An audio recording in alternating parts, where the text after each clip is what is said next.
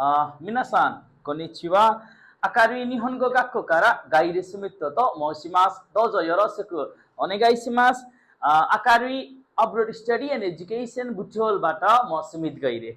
आज चाहिँ हामी यो जापानिज भाषाको सुरुको दिन है, स्टार्टिङ डेमा हामीले के कुराहरू पढ्नुपर्छ, जापानिज भाषा पढ्दाखेरि सुरुको दिनमा हामीले के कुराहरू जान्ने, के कुराहरू स्टडी गर्नुपर्छ, एकदम बेसिक कुराहरू लिएर आएको छु है त। आज चाहिँ हामीले ल यो जापानिज भाषा निहोन्गो नो हाजिमेते नो जुगियो नो कोतोबा हो मानाबिमाशो। जापानिज भाषाको स्टार्टिङ डेको कुराहरू केही सिकौँ है त। सो सबभन्दा पहिला हामी चाहिँ आकारुई abroad study and education Butwal र सैना महिनामा अवस्थित छौँ। हामीहरूले student visa, SSW working visa अथवा अन्य भिजाको लागि जापानिज भाषाको क्लासेसहरू सुरु गरिसकेका छौँ है त। हजुरहरू पनि जोडिन सक्नुहुन्छ।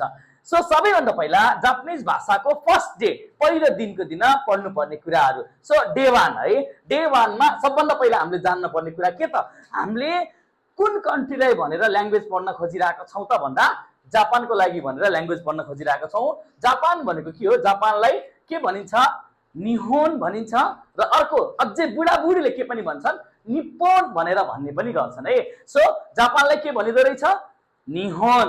अनि भाषालाई के भनिन्छ त, गो भनिन्छ है त। जापानलाई निहोन भनिन्छ भने भाषालाई गो भनिन्छ भनेपछि अभियसली जापानिज भाषालाई के भनिन्छ त, निहोन्गो भनेर भनिन्छ। सो हामीले पढ्ने जापानिज भाषालाई के भनिन्छ त, निहोन्गो भनेर भनिन्छ। ल हजुरहरूले पनि याद गर्नुहोस् है, जापानलाई के भन्ने, निहोन, भाषालाई के भन्ने, गो भनेपछि अब जापानिज भाषालाई के भनिन्छ त, निहोन्गो भनेर भनिन्छ। अब हजुरहरूलाई थाहा छँदैछ कुनै पनि देशको भाषा लेख्न, पढ्न, बोल्नको लागि त्यस देशको भाषाको अक्षर अनिवार्य रूपमा जान्न जरुरी छ। सो हामीहरूले पनि जापानिज भाषाको पढ्ने क्रममा जापानिज भाषाको अक्षरहरू पनि पढ्छौँ, जसमा हामीले जापानिज भाषामा 3 प्रकारको अक्षरहरू पढ्छौँ। एउटा हिरागाना, अर्को काटाकाना, त्यस पछाडि अर्को के पढ्छौँ त, खान्जी भनेर पढ्छौँ है त। सो फेरि एकचोटि सुन्नुहोस् ल, सबभन्दा फर्स्टमा हिरागाना, त्यस पछाडि काटाकाना, त्यस पछाडि के पढ्छौँ, खान्जी भनेर पढ्छौँ है। सो हिरागाना भनेको के हो त भन्ने कुरा चाहिँ जान्नु पर्यो है। म तपाईहरुलाई के बुझाउन गइरहेको छु भने हिरागाना भनेको जापानको मौलिक र सांस्कृतिक अक्षर हो। मौलिक र सांस्कृतिक भनेको त्यही देशको अक्षर हो, अथवा एकदम सर्टकट तपाईहरु सबैजनाले बुझ्ने भाषामा भन्नु पर्दाखेरि pure Japanese word, pure Japanese भाषाका अक्षरहरू भनेको के हो त, हिरागाना हो भनेर बुझ्नु पर्यो। त्यो हिरागानामा भएको अक्षरहरू कहिले पनि विदेशी अक्षरहरू हुँदैन, त्यही जापानिजहरूले बनाएको अक्षर हो। सो सर्टकटमा बुझ्दाखेरि के बुझ्ने, प्योर जापानिज ट्रेडिसनल वर्ड भनेर बुझ्दाखेरि हिरागाना भनेर बुझ्न पर्यो है त। अब अर्को छ काटाकाना है। काटाकाना भनेको आगन्तुक अक्षर। आगन्तुक भनेको बुझ्नुहुन्छ बाहिरबाट आएको, जुन जापानको होइन बाहिरबाट आएको आगन्तुक अक्षर। जस्तै हजुरहरूले धेरै कुराहरू हेर्न सक्नुहुन्छ, जस्तै हामीले नेपालमा पनि के हामीले सबै नेपाली भाषाका अक्षरहरू मात्रै प्रयोग गर्छौँ त, होइन।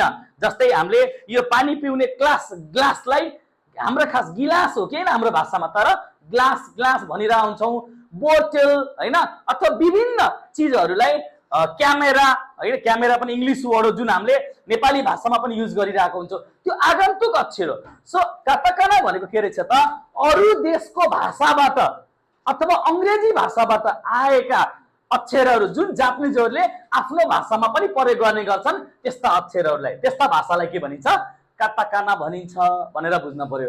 अब हामीले पढ्दैछौँ खान्जी। तेस्रोमा खान्जी। यो खान्जी भनेको के त, चित्र आकारको हुन्छ। के हुन्छ, चित्र आकारको हुन्छ। चित्र भनेको एउटा आकार, जस्तै कुनै पनि चिजहरू है, जस्तै यो चाइनाले सिकाइदिएको अक्षर हो, यो चित्र जस्तो हुन्छ, त्यही भएर क्यारेक्टर वर्ड भनेको हजुरहरूले यहाँ देख्न सक्नुहुन्छ। यो खान्जी जति पनि हाम्रो यो स्टुडेन्टहरूले बनाएको खान्जीको पेपर हो, यो चाहिँ हेर्नुहोस् चित्र जस्तो छ है त। सो चित्र आकार जस्तो हुनेलाई खान्जी भनिन्छ। यसलाई सिकाउने, यसलाई बनाउने को हो त भन्दा चाइना हो भनेर चाहिँ बुझ्न सक्नु पर्यो है त। सो हामीले सबभन्दा पहिला के पढ्यौँ, एउटा हिरागाना, काटाकाना र खान्जी पढ्यौँ है त। ओके, सो हामीले यो आज पहिलो दिन जापानिज भाषाको सिकाइको पहिलो दिनकी दिन म तपाईहरुलाई यो सर्टेन थोरै यो जापानिज भाषा सम्बन्धी कुराहरू सिकाएको छु। अब फेरि हामी रेगुलरली यस्तै भिडियोजहरु बनाएर तपाईहरुलाई यो जापानिज भाषाको जानकारीहरु दिँदै गर्दैछौं है त। यदि तपाईहरु पनि स्टुडेन्ट भिजामा जापान जाने योजना बनाउनु भएको छ, जनवरी अप्रिल इन्टेकमा एप्लाई गर्ने मन बनाउनु भएको छ भने आकार्वी abroad study and education Butwal र सैनामानाले न्यू क्लासेसहरु सुरु गरिसकेको छ। तपाईहरु पनि जोडिन सक्नुहुन्छ। ज्या मिनासन के वाने कोरे दे वारिमास नो दे माता चिकिनो राई बुजुग्यो दे आइमास्यो कियो चिकेतेने सानारा।